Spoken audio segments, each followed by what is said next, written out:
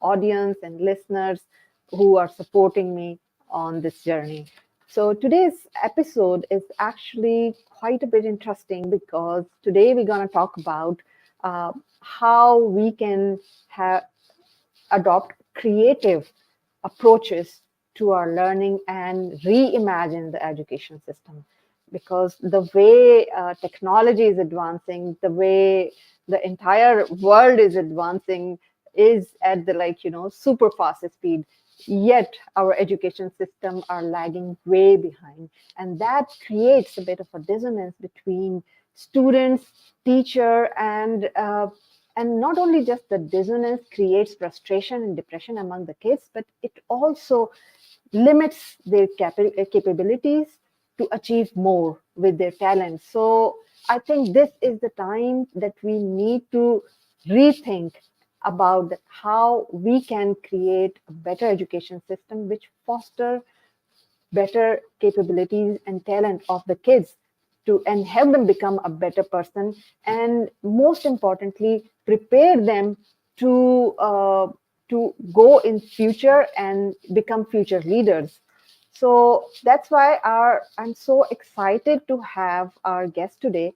She is passionate advocate for reimagining education, and she is like Dr. Barbara Vokatis. She's an award-winning author and a leading figure in the field of education.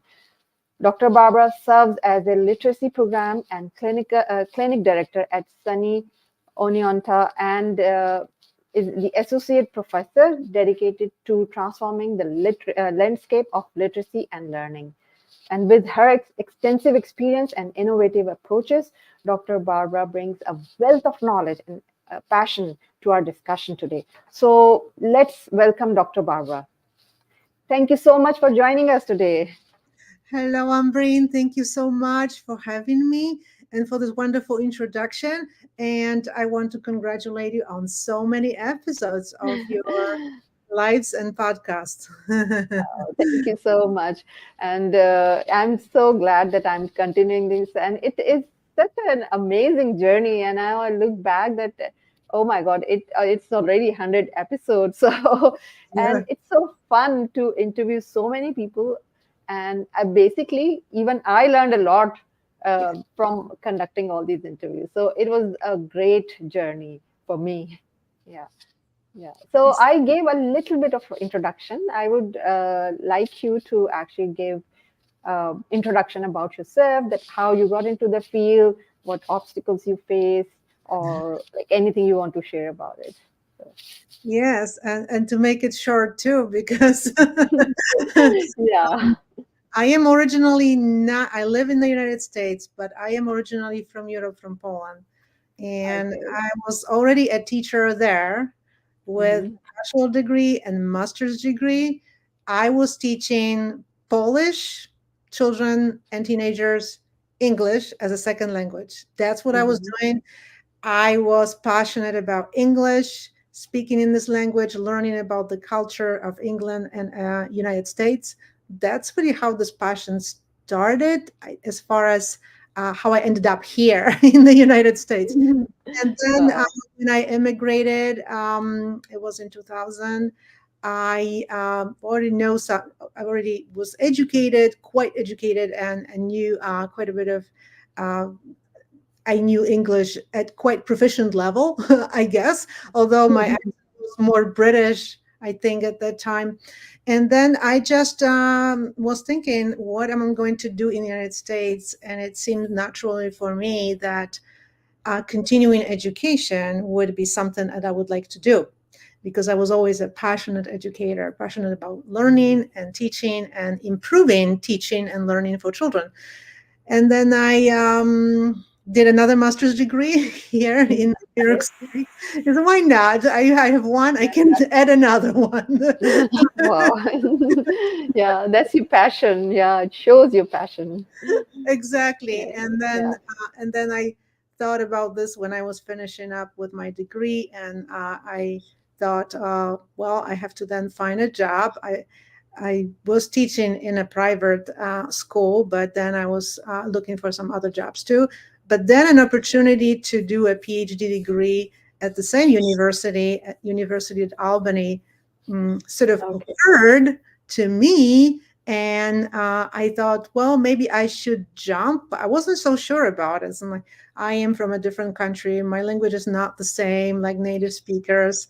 And I am going to think about trying to go for a PhD. That didn't seem so simple at all. Yeah. That's the Yeah. problem. We are just sometimes don't believe in ourselves. Others can do it. We cannot. And then I got to know some other people who were also from other countries and they were in the program. And I was thinking, wait, if they are in the program, maybe I can try that too. Wow. Yeah. Yeah, just like that.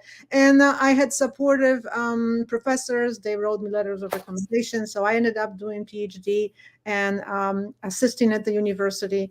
And then I, of course, had to apply for a job as an Mhm. assistant professor.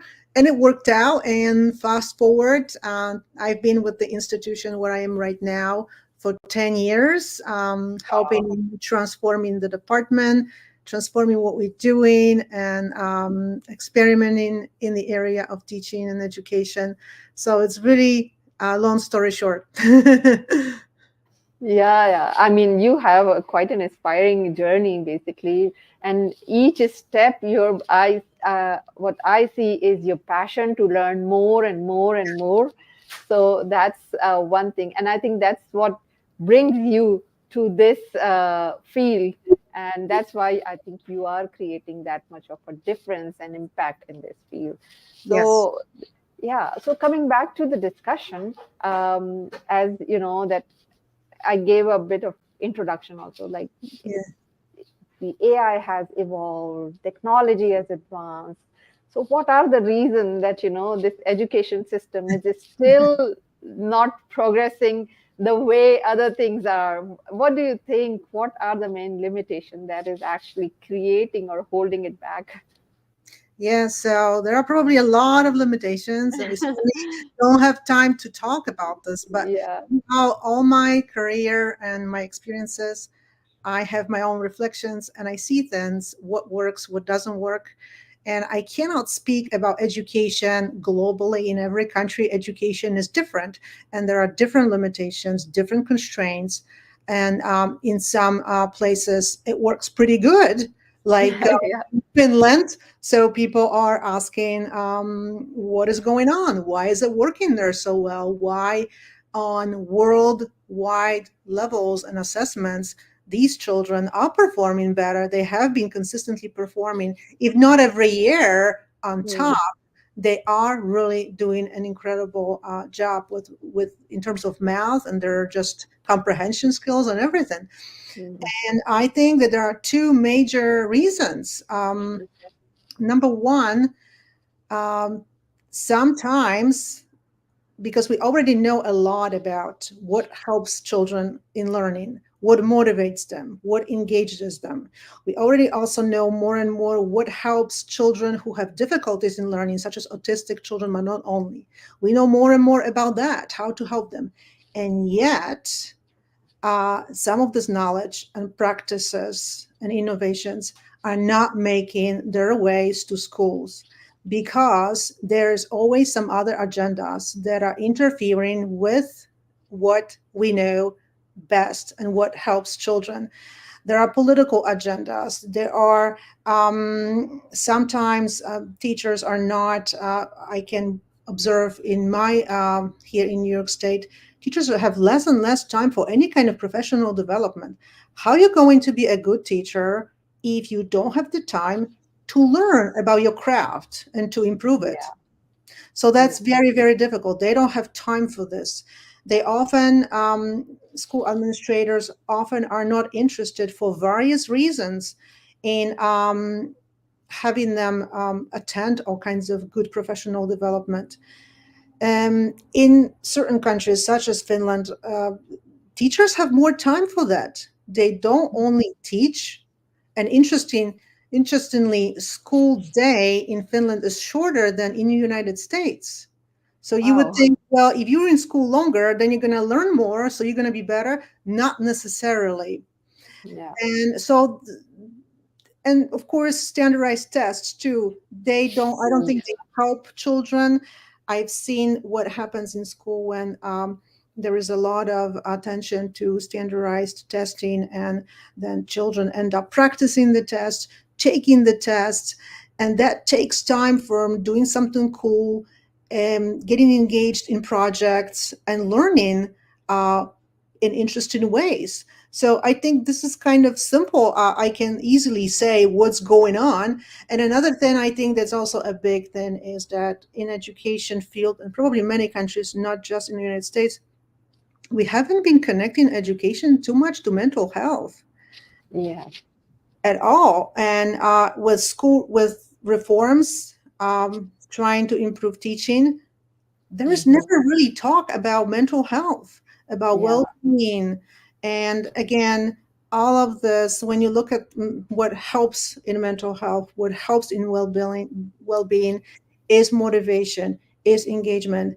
And somehow these elements are not present a lot sometimes in teaching in school. I mean, we sort of know about them, but somehow Yeah. they not there when it comes to then actually teaching in the classroom. And I don't want to sound like I blame the teachers for that.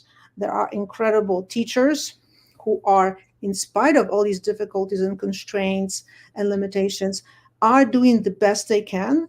They are innovating, but somehow those Yeah. innovations not making their ways to where they should be.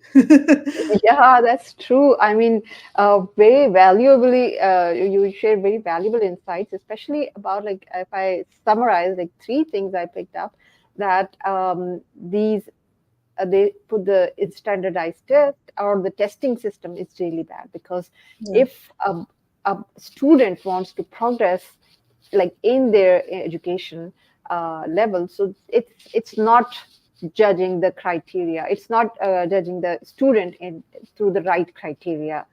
Secondly, there is no emphasis on the mental health, so that's again a very big trouble, and that's why we are seeing a numbers of suicide rates, number of like depression and anxiety among youth is staggering. I mean, literally, it's going and it's increasing every year, and that's one thing. And the other thing is what I see is that also they kind of now limit the creativity, right? Because they have their own plans and they try to fit in everyone in the system. So if any student who is a bit different, you know, could yeah, be a neurodivergent or could be anyone else who is a bit different, they if they think differently they outrightly reject them, and then their performance affects completely. And because of all this dynamic, because of the system, as you mentioned, the teachers are doing at their best, even students and parents trying to cope up with the system, yet they, because of all this, I would say a kind of a mess, everybody's suffering somehow. So yeah. what do you think how we can bring about some kind of change? I know it's a very difficult, like it's kind of it's a big mess, but what do you think, from where should we start? I think that the more we talk, so of course we have our platforms, we have our social media accounts like you do, Umbrain. The more we talk about it on social media, on LinkedIn, on Facebook, on other platforms, I think the better. That's really important. And also, the more we talk about this incredible connection between mental health, well-being, and education. I don't see it. I don't hear it as much on social media, so we should be out there promoting this. But also, I think that, for instance, in our country, but not only, parents, they have more power than they think they do. That's what I'm thinking. And somehow, um, there we have to do something to encourage them to to uh, Yeah. to use this power to put some pressure on school districts, on the systems. I think that sometimes maybe they're afraid to speak up. And again, it's just different in different places, in different countries. Even here, it's different in the country, in the city, and in every school district is a little bit different too. But parents have more power. It's just how do you get to parents a little bit more, and how do you, for instance, how do you ask them to do something more, to suggest something more to the school district. Like, for instance, I am actively working in exploring the ideas about dog therapy, right? Uh, so, and I see what it can do for children, for youngest children who are sometimes so anxious in school to the point of not being able to learn. And but if the school sometimes is not interested in those practices. So the question is, where are the parents? They should, do they know about it? Probably not. If they knew about Yeah. it, maybe they would be requesting. It's very easy to request. Just talk to the principal, go to the meeting. I think, well, I understand people are busy too, but somehow we need to do more about spreading awareness about some good practices that often don't even require uh, expensive technologies at all. I mean, Yeah. speaking about bringing some therapy animals to school, that does not require school to pay for expensive technology. So there are ways of helping children in learning and in their well-being, in their mental health, in totally different way. It doesn't have to start with technology at all. Yeah, absolutely right. And your dog therapy works wonders.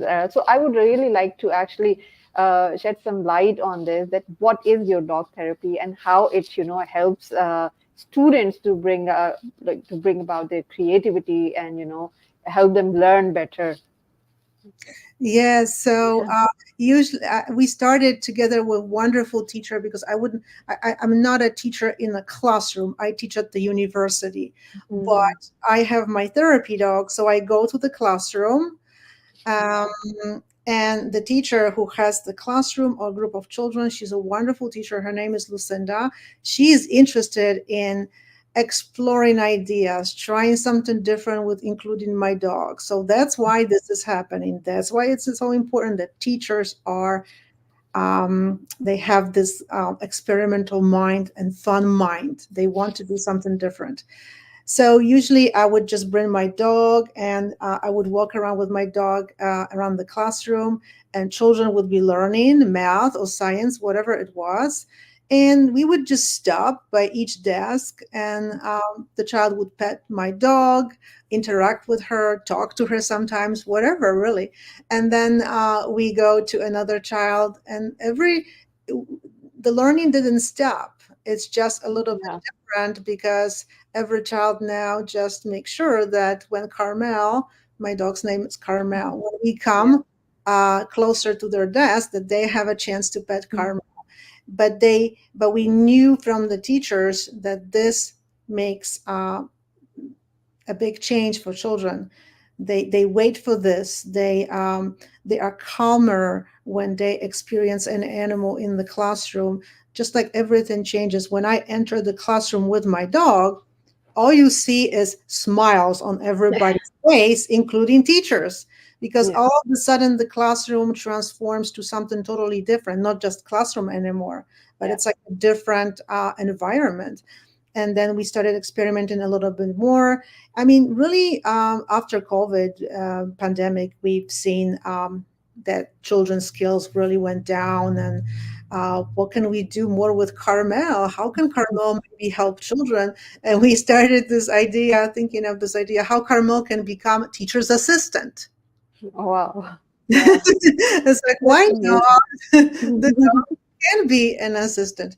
So first, it started really with me reading my book about how we became a therapy dog team, and Okay. children loved the book because they were learning from Okay. the book about Carmel and all these details of her life and how she became a puppy, how then she progressed through all those trainings. And then they were interested in how I published the book. They were interested in the fact that I wrote the book. And again, I wasn't a teacher there. I was just someone who was bringing Carmel to the classroom. Okay. So the Yeah. kids, but then I was also reading this book, and the children were like, uh, "Can we write books too?" And Wow. that's just the question. And these kids were they had very low writing skills. They couldn't even write a Mm. sentence at all. They were in Wow. second grade. They couldn't even write much at all. They couldn't write. They didn't want to write. That's it. And the teacher, that's how it was. And it was very hard for the teacher to come up with, like, what can I do to help them in writing, to improve their writing? It's not easy. And then we told them, yeah, sure, you can write books. We can help you. And you can write books, you can write about yourself, your biographies, whatever you want. And these kids ended up writing like 7 or 8 little chapters for each book. Wow. There were little chapters, but they were amazing. It was amazing how when you want to do something, even though your skills are lower, you will be able to do it with help. And how Yeah. exciting they were. They never wanted to finish the project. They were working on the project. We don't want to finish, we want to keep working on this. So the teacher says, "Well, we have to Yeah. do something else." Wow. Wow. What a brilliant way. Yeah. And then we started doing math. So math brought another creativity level where we used my dog's dog food children to manipulate to do math facts. So that was really fun. And then my dog um, was picking for children math facts. There were, let's say, a child would show 3 or 4 math facts to my dog, and they were on like laminated leaves, paper laminated leaves, and my dog would pick one of those math facts just by sniffing one of them or something like that, touching with her Wow. nose because she does. She's a Yeah. curious dog. And then the child would be just so excited. Well, Carmel picked that I will do 2 plus 2 or 3 minus 1 or something like Yeah. that. And they were doing the math fact, and then they were matching with the answer. And then they were calling my dog, Carmel, come over and check my answer. So I Wow. came with my dog, and Carmel usually sits down or wags her tail or something like Mhm. that. And the child would say, "Oh my goodness, I am correct because Carmel down or Carmel's wagging her tail. Yeah. I'm so correct." And again, these kids were very low as far as the math skills. That was a special group of children whose skills were very low, but they were just so excited about math with my dog and Wow. trying their hardest to work on the math facts. So, and we've seen children who in these activities also, like, their behavioral issues were disappearing. Okay. Yeah, that's very important. Yeah. Right. And that is why it's so important that we create something for kids that they almost like forget that they have any kind of behavioral issues. There is something for them that draws their attention, and they become engaged, motivated. And not only that, in some cases, they even become very creative. I remember Mhm. this boy, he was starting to come up with all kinds of new activities we could do with my dog. He Wow. ended up being so creative. He was the biggest troublemaker without my daughter, but Yeah. with my dog, Wow. it went the other way. So that really just shows how much animals mean to children, how much therapy animals that really therapy animals mean natural world that sort of like enters the classroom. That's what this is about, right? All of a sudden the classroom becomes different because something different, this life furry friend, right? Dog, or can be a different therapy animal, comes in and changes the way the classroom looks and feels. Yeah, yeah, absolutely. I mean, really love the idea, the way you change the entire setting of the classroom, and I think that's what we need in the current education system, because at this moment there is like this teacher and student interaction. It is good no matter what. I mean, as you said, the teachers are trying hard, and it is Yeah. definitely the way students learn because they need some experienced teacher to learn. But again, that is creating a kind of a distance, because when students go in the classroom, they wear that persona that they have to be in the classroom, they have to behave like this, which they don't like. And I think when you brought in the animal, or you break that kind of the situation, the tension in the environment, where where they actually felt more free to open up. Because I think here with your whatever you have shared, with your experience, with the way you brought in the caramel, and you brought in the therapy of with the animals, it's basically it's they actually started seeing classroom in a very different way. And when you know it's a natural or a psychological, I would say, a fact that when you just try to think about something, it's not gonna happen. When you start saying it, when you can't ask someone to be creative, it doesn't happen. Creativity doesn't happen like that. You have to make a creative note.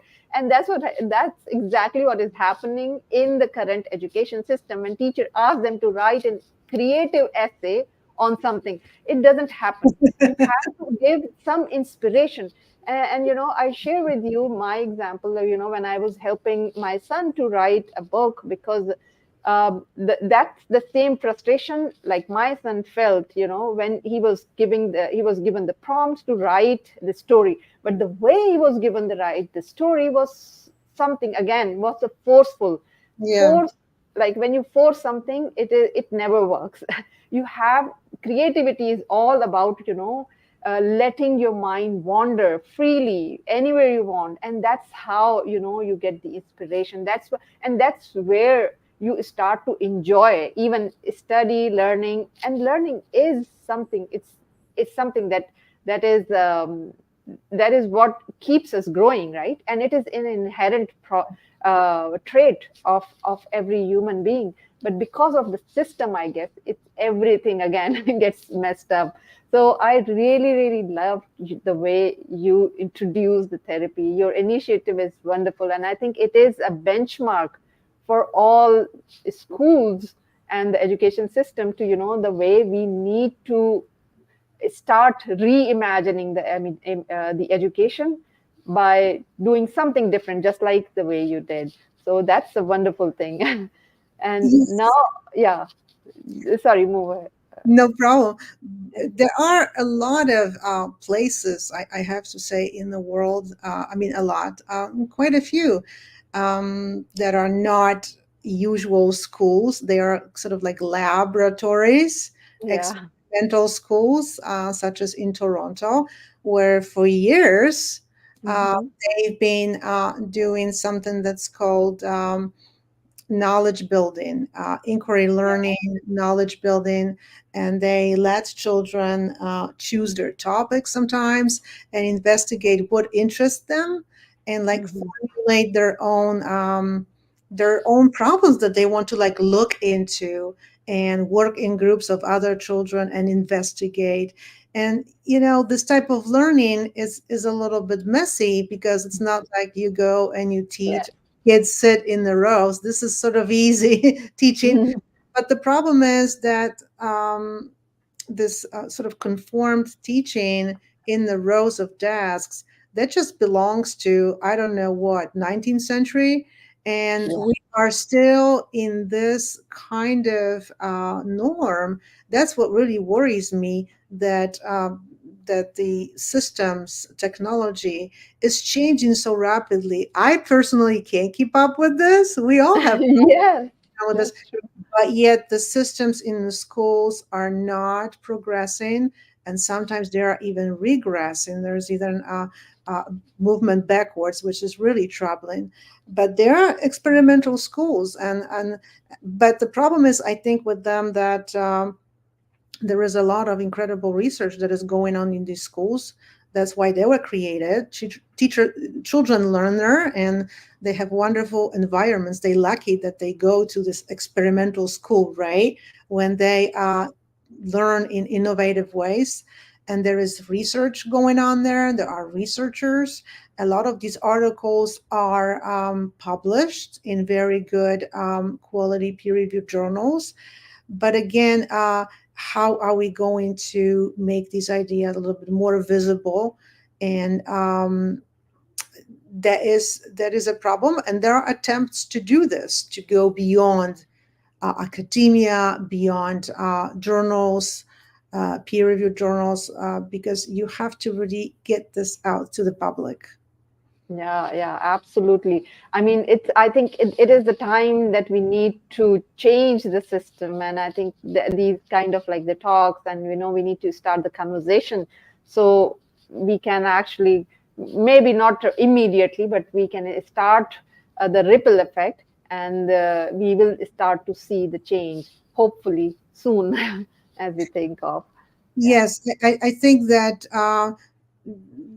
it's hard to start a big change, but if we can do something little, if I yeah, can figure out ways, and that's what I'm working, that's going to be my next project, trying to figure out ways uh, to showcase people, teachers, educators who are doing something innovative, and like giving them the floor, giving them more space, and spreading these ideas among my students, because I teach future teachers, current teachers. So I would like to use the position I am in to make these connections a little bit better, right? Here is the group of teachers who are teaching innovatively, but my students don't know about them. They don't have a clue. So how do I yeah, connect this? yeah, And even with in the school district, in the school where there are constraints and limitations, teachers can still do something.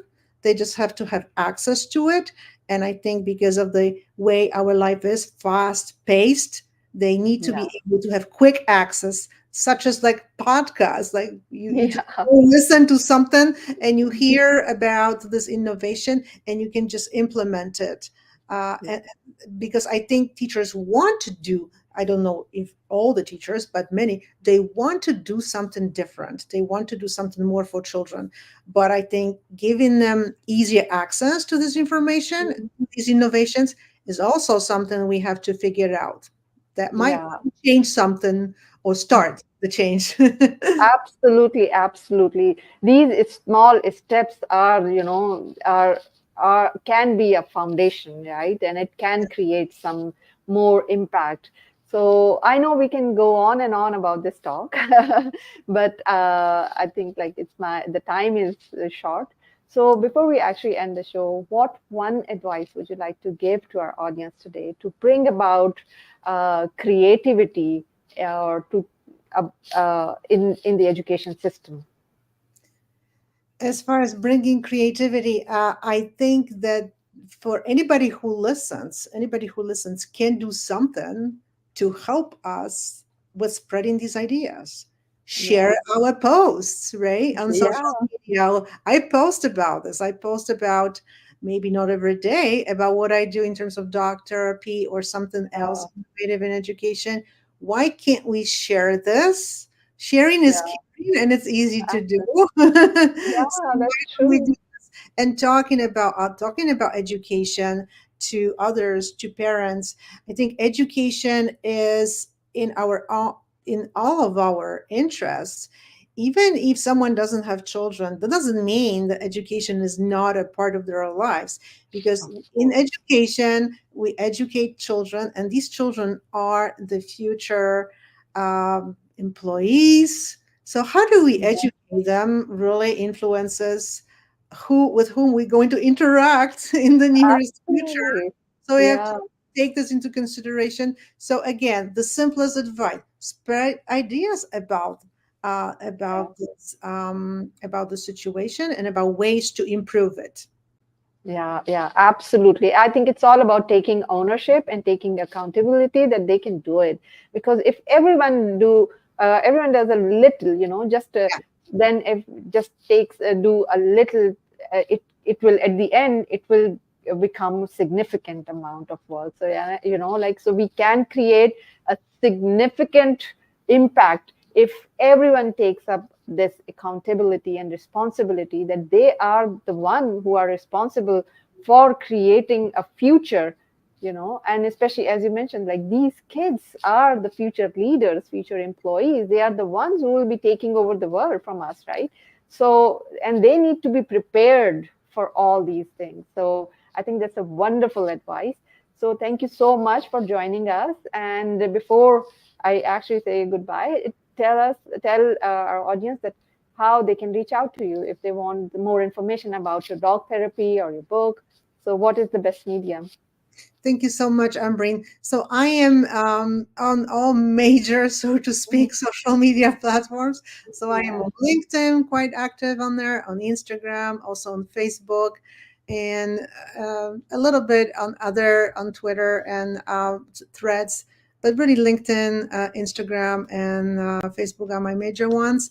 And connect with me there. Yeah, send me a DM, email yeah, me, tell me how you would like to help, or maybe you have a collaboration idea, right?